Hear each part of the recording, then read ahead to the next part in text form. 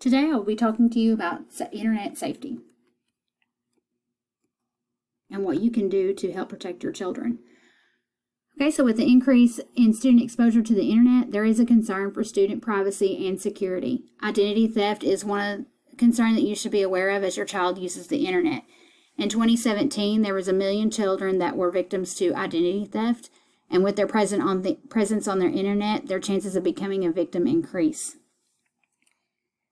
And if they have a social media account, their risk is 46% higher than someone who does not have a social media account. And the reason why this is so big is that it takes years to find out if your child's identity has been stolen.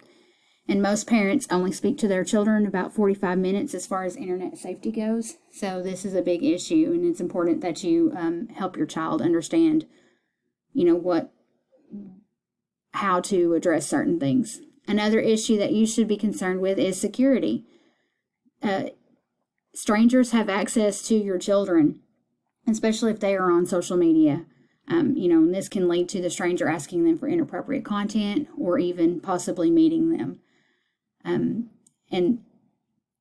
There's also an increased chance of bullying. 76% of the parents that were polled through NetSmarts were worried that cyberbullying and inappropriate content would increase just because, the students are on the internet more. And 78% of the parents say that they do not want a child, or that a child under 12 should not have access to social media. And of course, they have it because they have their cell phones. And then 7 out of 10 parents believe that smartphones could do more harm than good. All right, so what can a parent do to help their child overcome these safety concerns and be safe on the internet?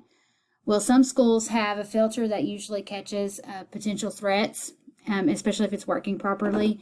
And, those filters will notify school personnel, if it's a school device, about what is being searched for and looked at. You should monitor your child's browser history and utilize parental controls. And also, check while over their shoulder while they're working on the device. Don't let them, be alone by themselves. It only takes a second for it to pop up on their screen. And then, of course, there's always the software to monitor their activity. And you can, put filters on that as well to double check. But the biggest way that you can help is talk to your child about issues that happen, and don't just spend, one conversation to talk with them. On average, like I mentioned earlier, they're only about 45 minutes are spent talking about internet safety, and that's not near enough. All right, some sites that you can use that would be helpful to you. Here's one. As I mentioned before, there are some tips that you can follow.